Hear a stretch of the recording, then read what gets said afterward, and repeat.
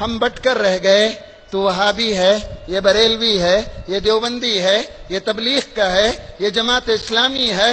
ارے یار، قیامت کے دن ان بنیادوں پہ نجات ملتی تو یہ سرٹیفکیٹ تو حاصل کرنا بڑا آسان تھا۔ ان جماعتوں کی تاریخ کو اگر دیکھیں 60-70 سال سے زیادہ تو نہیں، کیا اس سے پہلے لوگ اسلام پر نہیں مرے؟ کیا زمینوں میں اسلام باقی نہیں تھا؟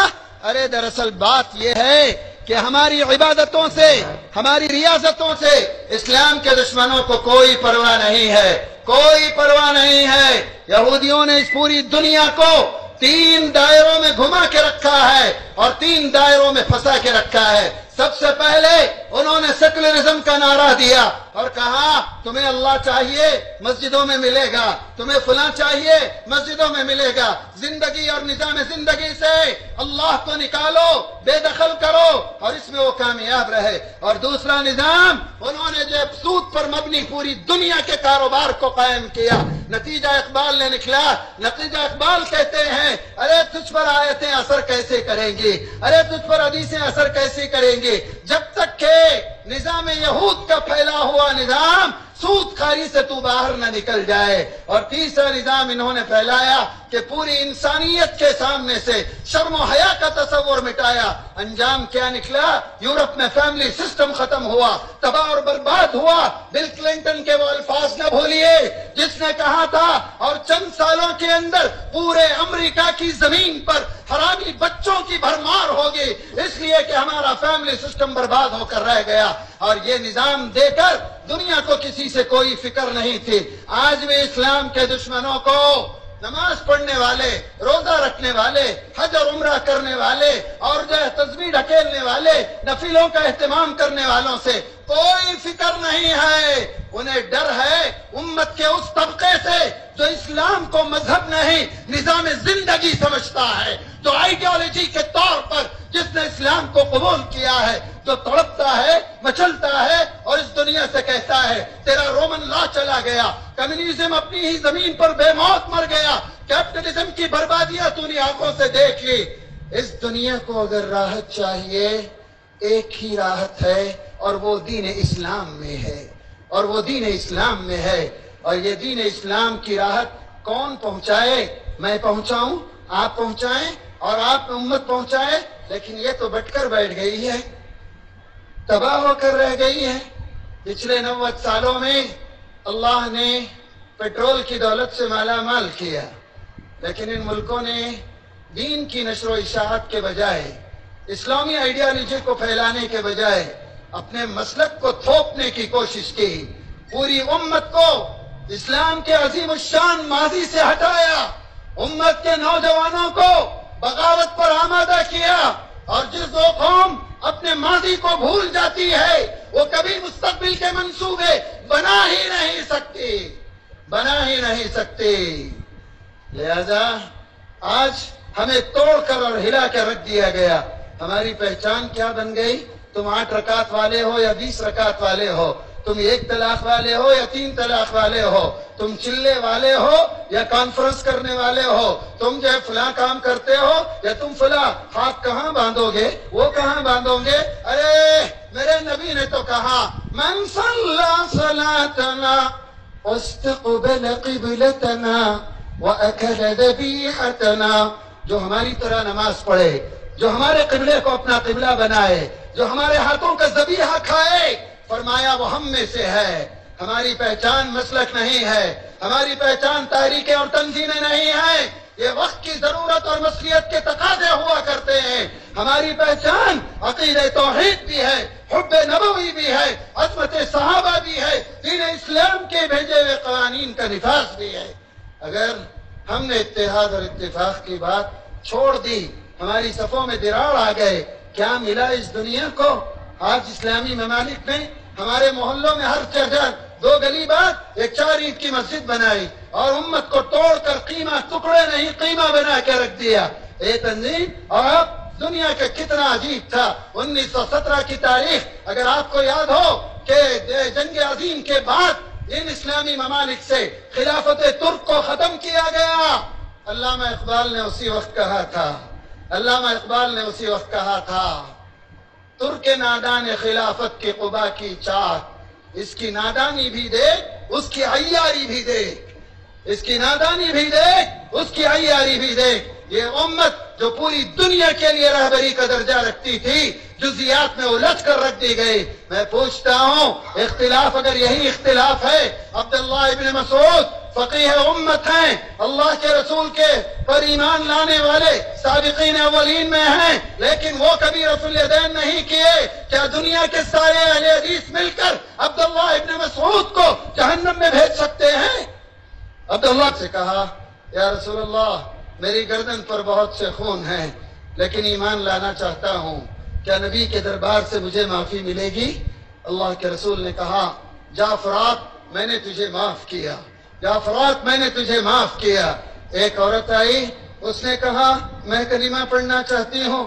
اللہ کے رسول نے کہا، ہاں پڑھ لو، ایمان قبول کی۔ جب چلنے لگی، اللہ کے رسول نے بلا کر کہا، ایک بات کا احتیاط کرنا، اگلی بار جب آؤ چہرے پہ نقاب ڈال کے آؤ، اس لیے کہ جب میں تم کو دیکھتا ہوں میرے مرحوم چچا حمزہ بن عبد المطلب کی یاد آ جاتی ہے۔ یہ ہند بنت عتبہ تھی۔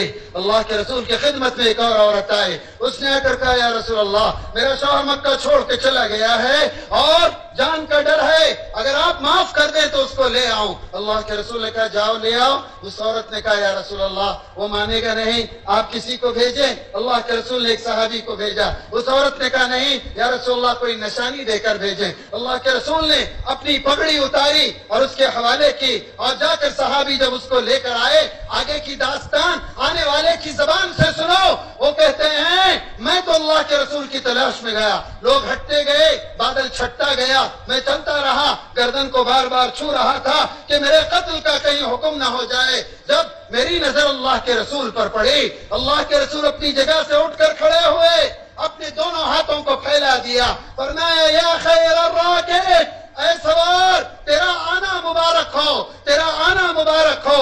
اپنے سینے سے لگا لیا، کون ہے یہ ابو جہل کا بیٹا اکرمہ ہے، اکرمہ ہے۔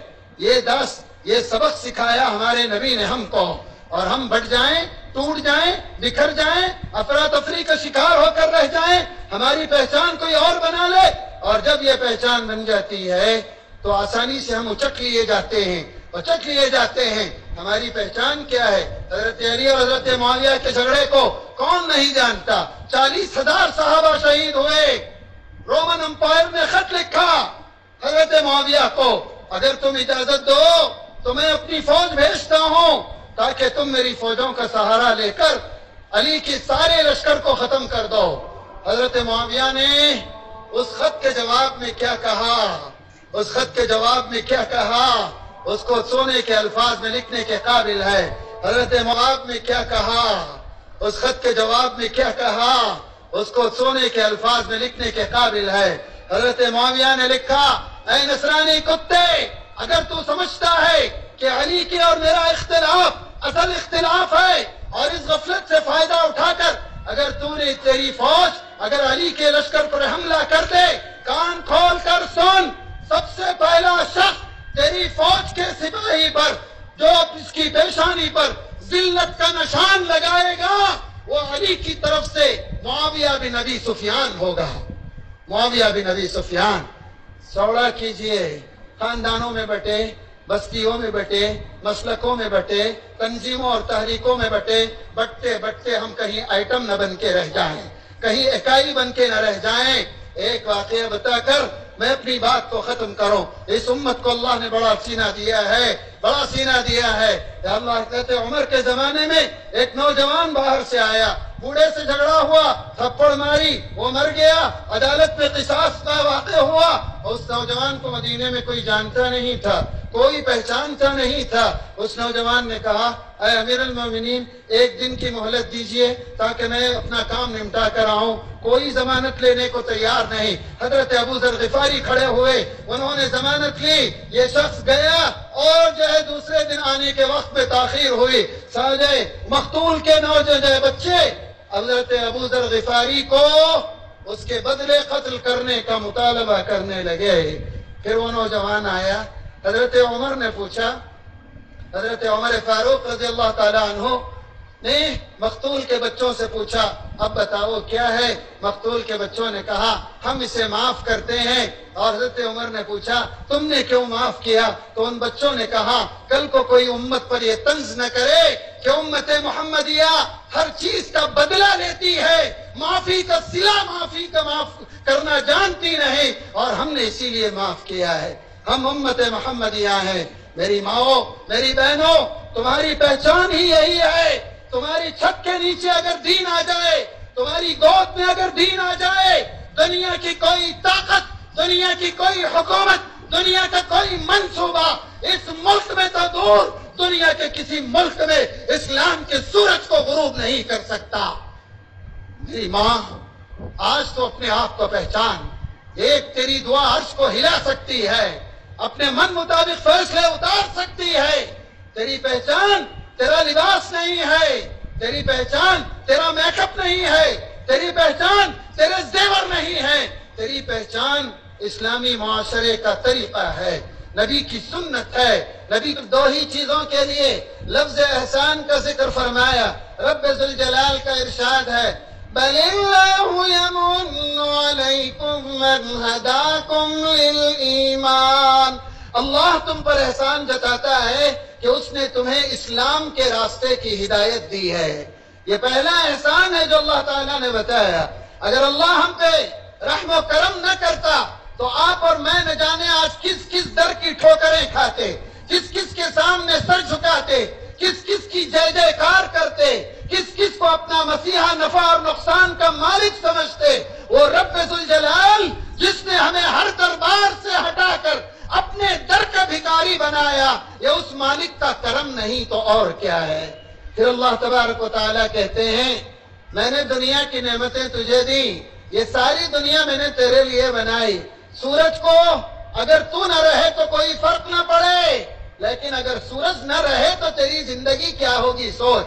اگر قریب کر دوں تو جل کر مرے، دور ہٹا دوں تو جم کر مرے، لیکن اللہ نے ہر چیز کو رکھا۔ اور اللہ تعالیٰ کہتا ہے لَلشَّمْسُ يَنبَغِي لَهَا أَن تُدْرِكَ الْقَمَرَ وَلَا اللَّيْلُ سَابِقُ النَّهَارِ، کیا کبھی تم نے سورج کو چاند کے وقت پر آتے دیکھا؟ کیا کبھی تم نے رات کو دن کے وقت میں آتے دیکھا؟ كُلٌّ فِي فَلَكٍ يَسْبَحُونَ، اللہ نے جس کو جو محور دیا ہے ہر سیارہ اسی محور میں گردش کر رہا ہے۔ اللہ تعالیٰ کہتا ہے اے انسان اس کائنات کو کبھی دیکھ تو صحیح۔ أَلَمْ نَجْعَلِ الْأَرْضَ مِهَادًا، کیا میں نے زمین تیرے لیے فرش نہیں بنائی؟ وَالْجِبَالَ أَوْتَادًا، کیا پہاڑوں کو میں نے میخوں کی طرح نہیں گاڑا؟